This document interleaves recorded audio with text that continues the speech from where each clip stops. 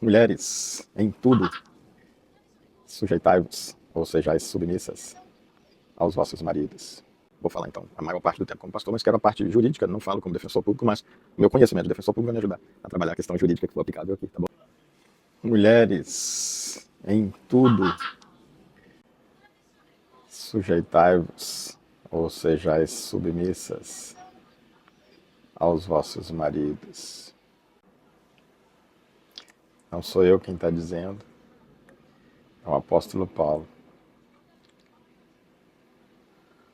É uma passagem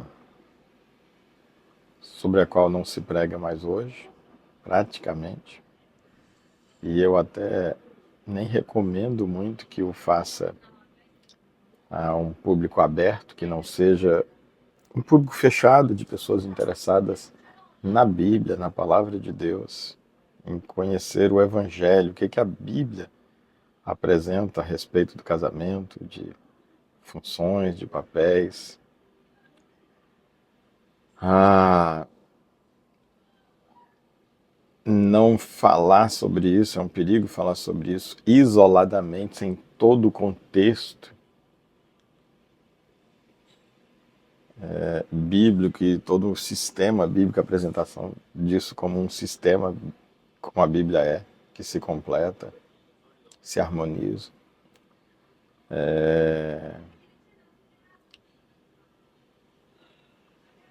Porque hoje, como eu vou falar, espero falar nesse vídeo, há um risco, inclusive, de, por causa de interpretações de operadores do direito equivocadas, de quem fala sobre esse assunto, sobre esse versículo, ser considerado alguém que esteja cometendo o crime de apologia ao crime.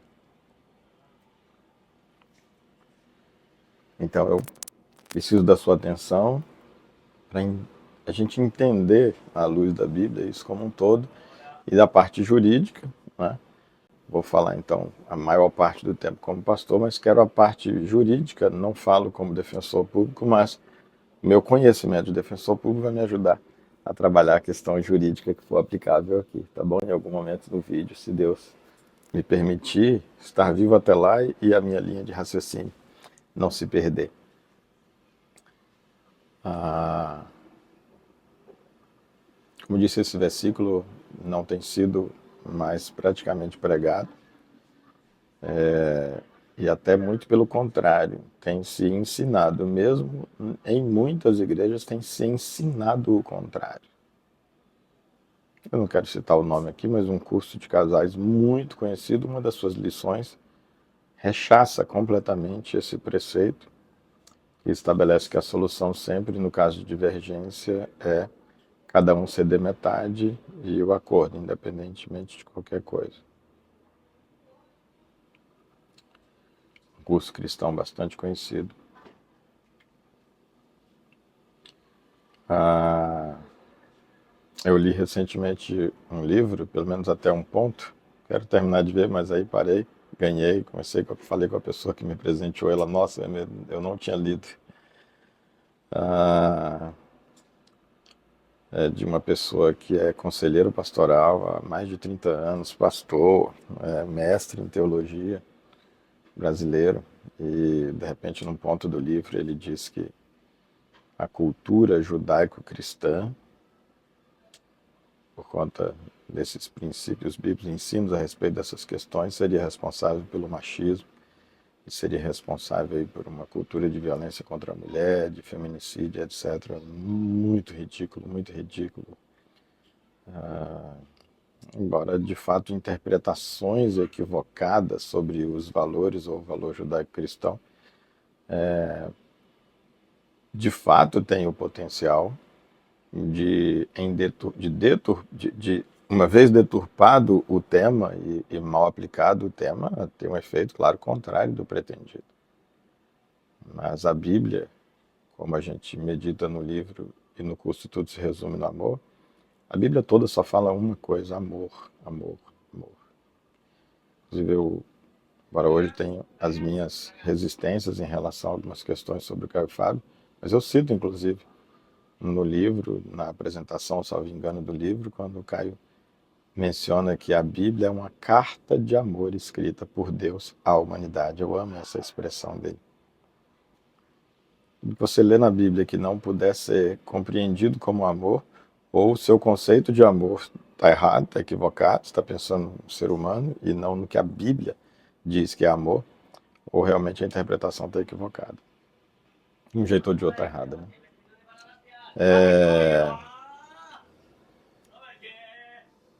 Para a gente compreender esse ensino da palavra de Deus, a gente não pode vê-lo isoladamente, não pode tê-lo isoladamente considerado. E por isso esse vídeo vai levar aí alguns minutos, né? E a gente precisa ver o contexto dele, o contexto de toda a Escritura e principalmente onde tudo começou.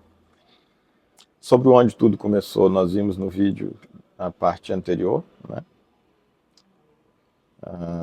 Onde falamos sobre o princípio ali, os princípios que regem o casamento enquanto conjugalidade, enquanto união em uma só carne, que dois indivíduos deixam de ser indivíduos, deixam de ser individualmente considerados, abrem mão das suas individualidades, se tornam uma só carne.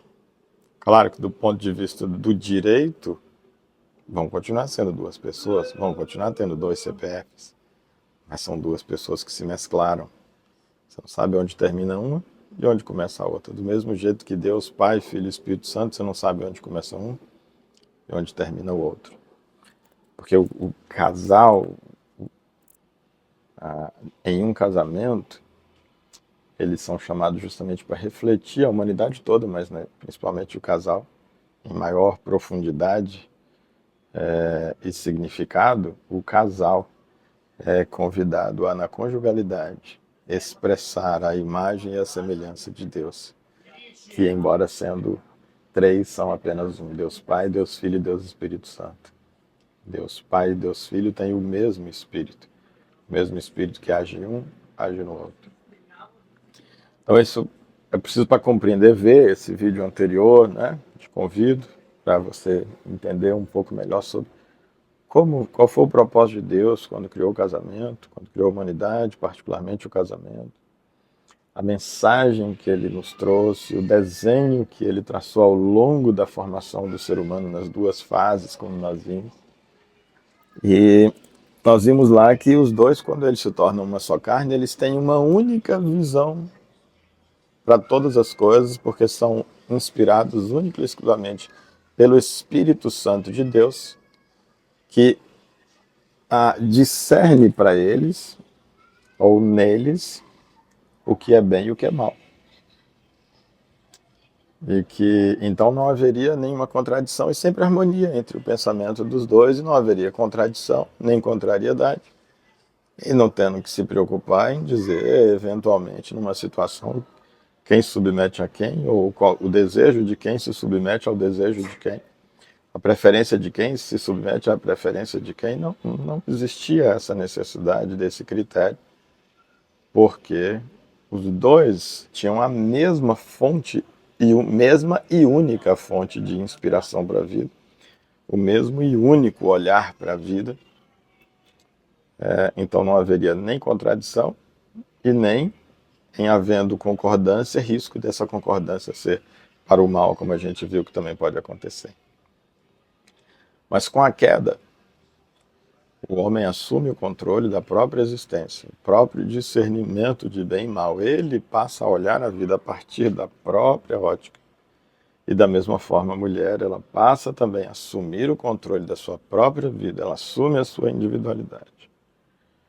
E ela passa a olhar a vida a partir da sua própria ótica e discernir ela própria o que é bem e o que é mal diante de cada situação, cada circunstância da sua vida. Eles então voltam a ser dois indivíduos com suas subjetividades e que olham a vida cada um a partir da sua própria perspectiva, discernem o que é bem e mal a partir da própria perspectiva, e eles ficam incapazes agora de olhar um para o outro como extensão de si. Isso não acontece mais naturalmente, porque agora naturalmente a carne é quem domina sobre cada um deles. Aquela condição anterior de um olhar, e repito, veja o vídeo lá para não precisar repetir aqui, mas aquela condição da capacidade de olhar para o outro como uma extensão de si e naturalmente não ter concorrência nenhuma, não ter ah, ah, nada de quem é que tem mais importância, ou quem que é maior, quem é menor, quem é isso, quem é que não tem, porque não existe ele e ela, existe apenas uma nova pessoa que surgiu, uma só, em uma só carne. Mas então, a partir dessa nova realidade, isso acontece. Quando o discernimento do bem e do mal, ainda que o discernimento de ambos coincidir para o mal, vai se ter um problema, porque sempre que o discernimento divergir do discernimento de Deus, mesmo quando para os dois houver convergência, vai haver um problema. Como ali, quando é ilustrado no Éden, sobre a questão da nudez, que não era um problema, mas para os dois, individualmente considerando, a nudez passou a ser uma coisa ruim, os dois olharam como uma coisa ruim e começaram a se cobrir. Por conta então desse novo olhar para a vida, desse novo olhar um para o outro, que não vendo mais como extensão um do outro, passa então a achar que é motivo de vergonha o próprio corpo para o outro e o do outro para o um. Né? E aí a gente então tem uma situação que já lá no Éden a gente percebe que é um problema. Como todo problema precisa ser resolvido, independente de ser a melhor solução ou não, alguma solução precisa. Os seres humanos agora são dois, o casal agora são dois homens, dois seres, um homem e uma mulher. Cada um dotado do poder de discernir por si próprio entre o bem e o mal. E aí então Deus, quando ele vem indagando a cada um, por que você fez isso? Foi fulano, foi o outro, foi esse. E ele vem então tratando a consequência para cada um, né? Uma maldição, né? Uma das formas de expressar, uma consequência, né, do que aconteceu. E a gente então tem essa situação. E agora? Homem e mulher são um par, são dois, é um número par. Quando eles estiverem pensando igual, tranquilo, mesmo que pensarem errado, né? Enquanto casal, vai lá. Nós dois entendemos que não é bom que não é bom ficar, que é vergonhoso ficar nu. Beleza, há uma coincidência, mesmo que diverge do pensamento de Deus, porque para Deus diz, tá tudo bem a nudez, não é motivo de vergonha. E eles viviam dessa forma, quando a gente vê no capítulo 2, versículo 25. No capítulo 3, após a queda, eles, embora convergindo o pensamento dos dois, divergem do pensamento de Deus. Isso é um problema em si, mas para a relação deles não seria um problema absoluto, um inviabilizador da relação. Por quê? Porque houve uma coincidência, embora uma interpretação, um olhar divergente do que seria o olhar de Deus. Eles dois entenderam que era vergonhoso, que era motivo de vergonha a nudez, e portanto que deveriam se cobrir, deveriam cobrir as suas respectivas partes íntimas. Então, como houve uma coincidência, uma convergência no discernimento, ainda que equivocado, não é um problema absoluto para a relação.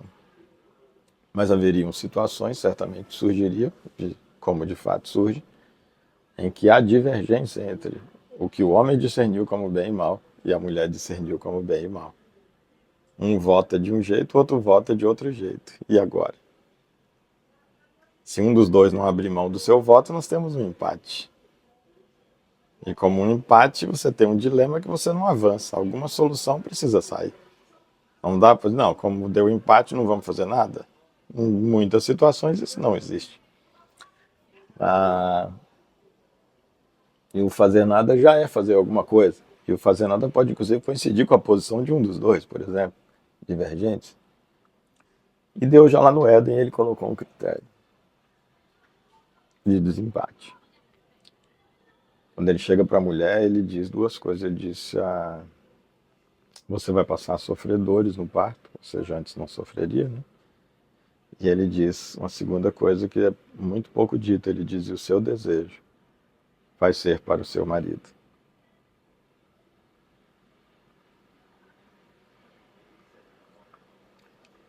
nós vemos ali, não é o plano de Deus que assim fosse, mas uma solução de Deus para a manutenção mínima da possibilidade, ao menos de uma imitação da conjugalidade, da convivência minimamente harmônica, essa necessidade, então, de que em havendo um empate, em havendo divergência, nenhum dos dois abrindo mão, nenhum dos dois cedendo, o critério estabelecido seria esse, que o desejo dela seria para o marido.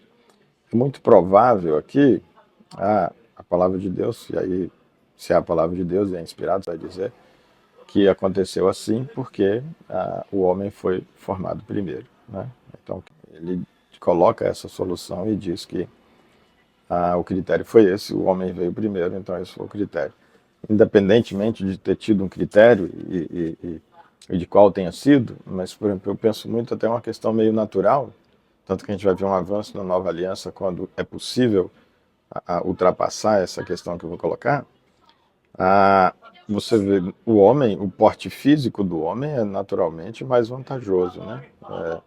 Não há registro de que ao longo da história da humanidade tenha sido diferente disso. O homem normalmente tem um tamanho, um porte físico maior, normalmente os seus músculos são mais fortes, seus ossos são mais fortes. Normalmente, como agora eles entram numa situação em que eles perdem essa capacidade de inspiração única, né, de fonte única de inspiração, mesmo que animalescamente falando, seria natural que o critério acabasse acontecendo assim. É quase dizer para a mulher, não é nem eu que estou dizendo que tem que ser dessa forma, mulher, mas olha só, eu estou viajando, tá?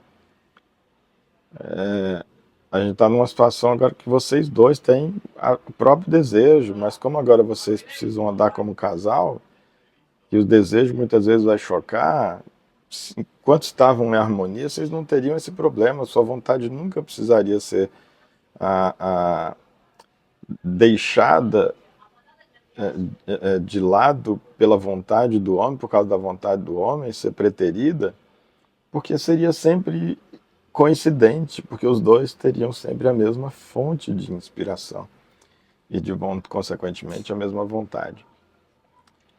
Mas agora que tem essa situação, até naturalmente, pela lei do mais forte, acaba que esse seria um critério mesmo de desempate, né? Deus não diz isso, e isso apenas me parece algo muito natural como um efeito disso, e infelizmente falando, o ser humano perdeu a capacidade de ver o outro como uma extensão de si.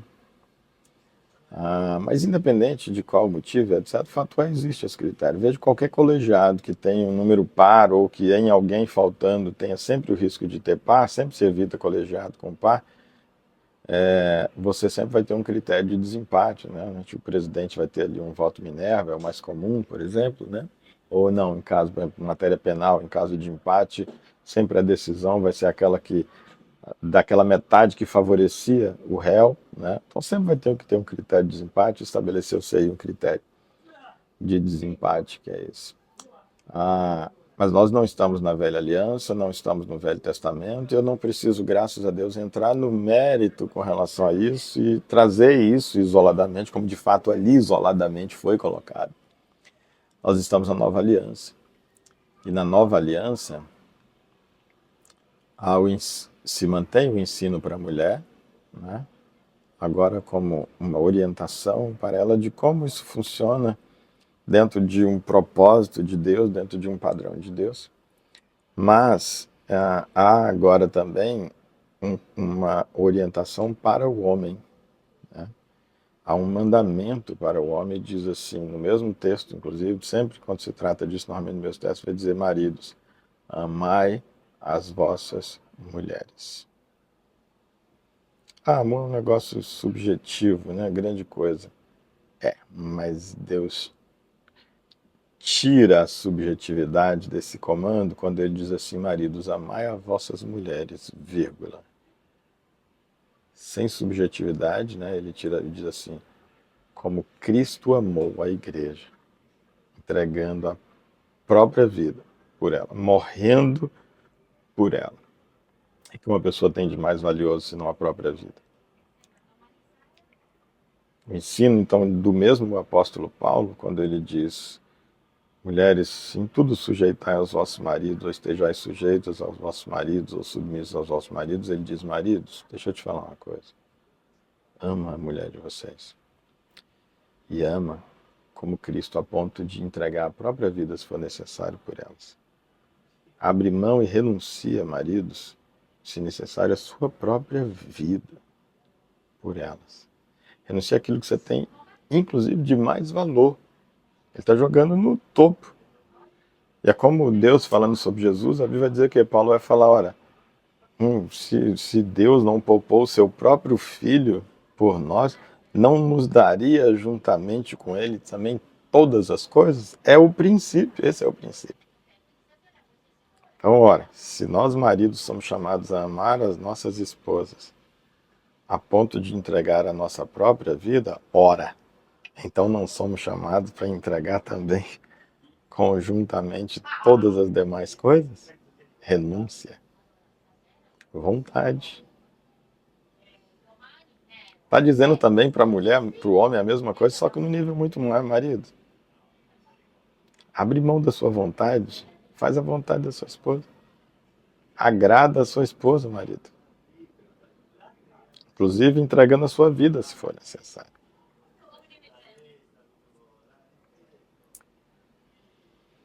Então, por que essa questão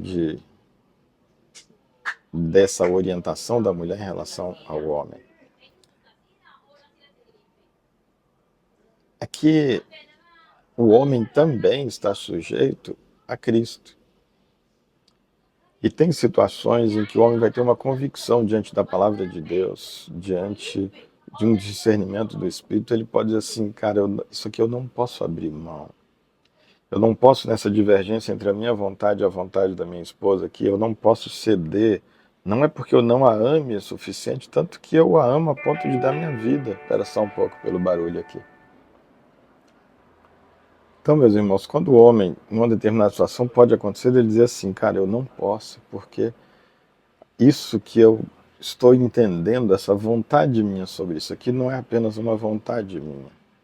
Estou entendendo que tem um princípio bíblico aqui por trás, que tem uma questão de segurança aqui da família, de segurança da minha própria esposa, envolvido nessa questão.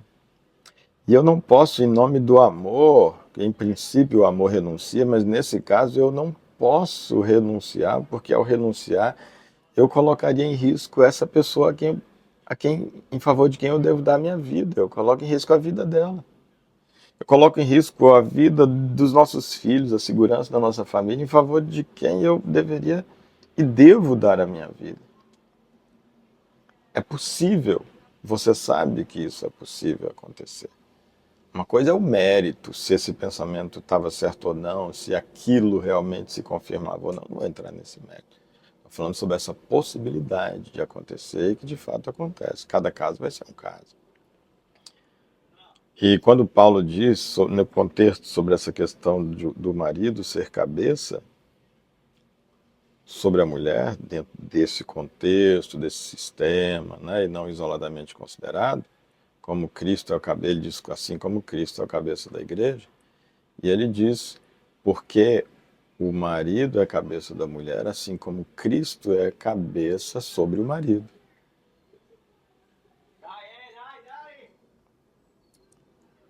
Então nós estamos falando de um marido, isso dentro de um contexto em que esse marido está absolutamente sujeito ou busca uma vida de absoluta sujeição, está mesmo comprometido com isso, absoluta sujeição a Deus e à sua vontade, a começar pelo comando de amá-la a ponto de dar a própria vida. Então esse marido ele vai ser muito responsável com isso, ele vai buscar muito discernimento sobre isso, nesses momentos em que ele entenda que ele não pode eventualmente abrir mão daquele entendimento dele sobre aquele assunto em que está havendo divergência.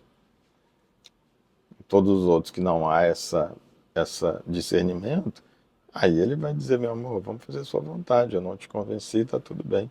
Agora, quando ele entende que tem algo mais sobre a segurança física, a segurança psicológica, a segurança emocional, a segurança espiritual da esposa, da família, ele com esse papel está dentro das suas funções prover, está dentro das suas funções proteger, ele vai dizer, meu amor, eu não vou poder renunciar nesse caso, por amor a você, aos nossos filhos, à nossa família.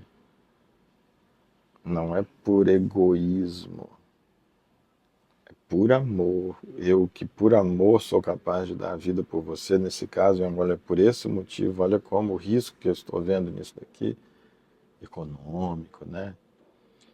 Eu não vou realmente poder ceder e fazer do jeito que você quer. Aí a gente entra na seguinte situação. O marido, então nós estamos apenas num ponto em que o marido é convidado a uma coisa e a mulher também. E agora tem a divergência, o marido convidado a ceder a ponto de dar vida. Nesse caso ele diz, cara, em nome do amor eu não posso ceder aqui agora. Pelo contrário, em nome do amor eu tenho que me manter firme. Falando com amor, explicando com amor, não é?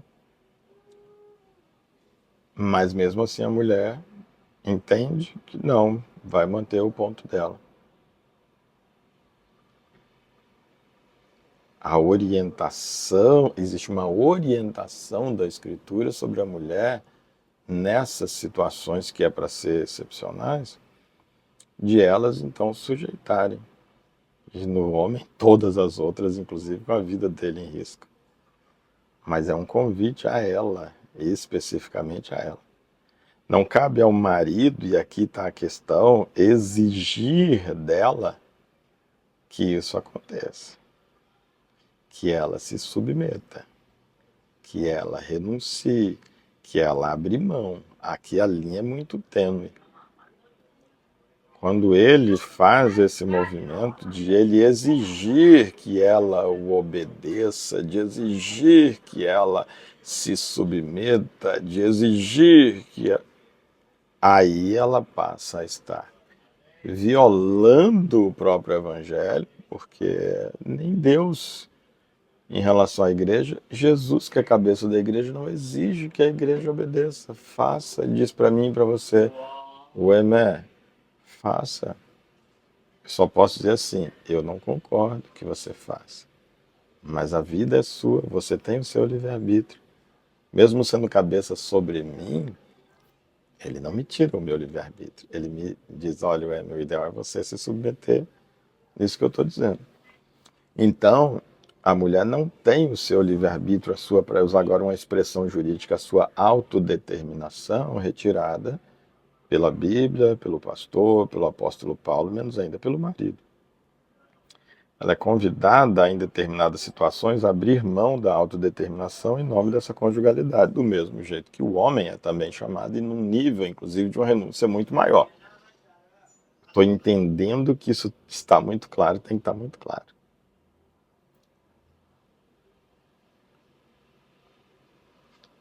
Então, quando essa situação acontece e não há, nenhum dos dois realmente cedeu, e às vezes o marido pode só dizer, meu amor, eu só vou deixar claro que eu não concordo, né? Mas eu vou fazer do seu jeito. Eu não concordo por valores muito maiores, mas alguma coisa tem que sair, eu não vou te forçar. Eu, como parte mais forte fisicamente, psicologicamente, nisso aqui, não vou te arrastar. A Bíblia diz, vocês que são mais espirituais devem suportar os menos superficiais, menos espirituais. É a ideia de que aquele que é mais forte tem que suportar aquele menos forte.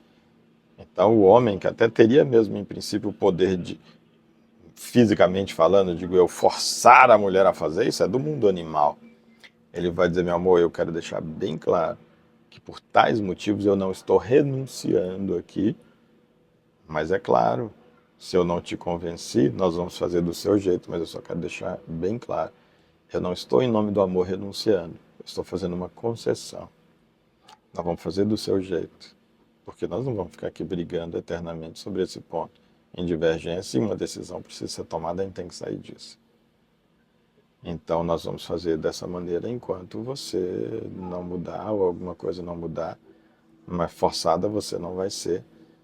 Mas eu quero só deixar claro que eu não concordo. que eu não estou abrindo mão da minha vontade, porque eu entendo que essa vontade é direcionada por uma vontade superior, que tem questões maiores em jogo que eu não tenho direito de abrir mão, de renunciar por amor a você. Percebe a diferença? Porque se você viola a autodeterminação da mulher, ou se você como pastor, padre, líder, orienta o marido a que ele é quem tem o papel de fazer valer essa questão, e vai dar ruim. Dá uma lida no artigo 147, eu vou ver se eu coloco ele aqui embaixo. 147, salvo engano, item B, 147B, salvo engano, A ou B. Eu vou colocar aí, que é a parte do Código Penal que trata da ameaça, e tem lá então agora a figura criada de ameaça no contexto familiar. E lá, dentre os itens, eu já tratei disso no vídeo, fala então sobre a questão da autodeterminação. Qualquer coisa, independente do interesse da pessoa, que tenha por efeito, do agente, que tenha por efeito causar violação da mulher no que diz respeito à sua autodeterminação, é considerado crime de ameaça psicológica. Então, uma carteirada sobre esse assunto é, à luz do direito penal, considerada uma violência psicológica contra a mulher, tá? Então, muito cuidado sobre isso. Nem é o caso da Bíblia, é livre-arbítrio. Você casa com quem quer, você adota os princípios que queira, ninguém é obrigado a ficar casado, não quer casar, ficar sob esse princípio, eu posso me separar, e cada um é dono da sua vida, do ponto de vista civil eu estou falando. Se por causa das convicções religiosas, cada um quer fazer um movimento ou outro, aí já faz parte das convicções religiosas de cada um, que também é uma garantia constitucional. O que não dá, na minha visão, é para o Estado, que não pode se meter e tem que respeitar as convicções religiosas, dizer para mim, marido, e em nome da proteção a mim, marido, dizer assim, não pode, o Emer não pode abrir mão da própria vontade em favor da mulher. Espera um pouquinho. Então o vídeo está bem longo e a gente vai precisar caminhar para terminar aqui a nossa conversa desse momento. Mas então é isso. O Estado também não pode violar o meu direito de, em nome da minha convicção psicológica, eu abrir mão como homem da minha vontade em muitas situações, e na maioria das situações é a tendência, inclusive da minha própria vida em favor da mulher por uma convicção religiosa.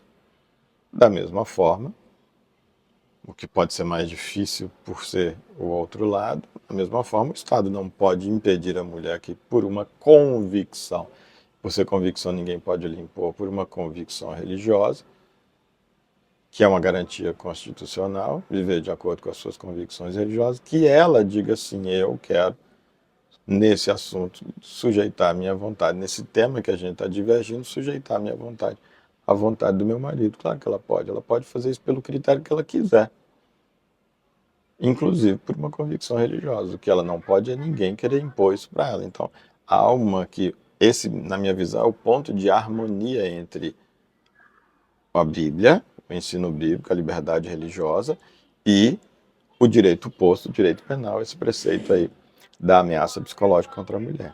Então é muito importante, tanto para o casal saber isso, quanto também para os pastores e os padres. E se você quiser compartilhar isso e achar útil para pessoas aí que são ministros, pode ser útil, isso pode ser evitar e diminuir bastante as chances de algum problema, diminuir as chances de uma interpretação equivocada por uma autoridade policial, por uma autoridade judicial, né? E pode diminuir aí as chances de problemas bem ruins, tá bom? Mas é só um parênteses, isso, a questão mais é sobre mesmo o casal. Essa ótica, quando se fala dos papéis, são os papéis desenvolvidos em uma só carne. O marido, quando abre mão, para a gente fechar, ele não abre mão da sua própria vontade, inclusive estando disposto a entregar e convidado e convocado a entregar e renunciar à própria vida em favor da mulher que está no outro. Não, não. É em favor da sua outra metade, aqui nessa unidade, nessa união em uma só carne. A mulher, quando ela é chamada a renunciar à sua vontade em alguma questão em relação à vontade do marido, no sentido da vontade do marido, não é enquanto uma outro indivíduo, mas enquanto uma metade sua, uma parte do corpo que ela integra em uma só carne. Essa é a consciência na qual a gente tem que caminhar, e que pela perda do que perdemos lá no Jardim do Éden é muito difícil, mas como eu falei no vídeo passado, isso tem que ir crescendo em nós, todos os dias. Não seja feita, Senhor, a minha vontade, mas a tua vontade. Todos os dias dizendo, Senhor, o pão nosso de cada dia nos dai hoje. Me dá a provisão, a tua presença que me faz entender isso e andar de acordo com isso para o meu casamento, para que a gente possa cada vez crescer mais em plenitude, experimentar cada vez mais a bem-aventurança, a felicidade, a verdadeira felicidade no nosso casamento, na nossa família. Tá bom? Esse é o que eu entrego para você hoje nessa conversa aqui. Um tema muito importante, que me é muito precioso, e que Deus possa abençoar. Estou à disposição para quem quiser continuar conversando sobre esse tema, pelas mais variadas formas possíveis. Deus abençoa. Em nome de Jesus, eu oro por você, e você, por favor, ora por mim, ora pelo meu casamento, pela minha família, pelo meu ministério. Deus abençoe, beijo no seu coração.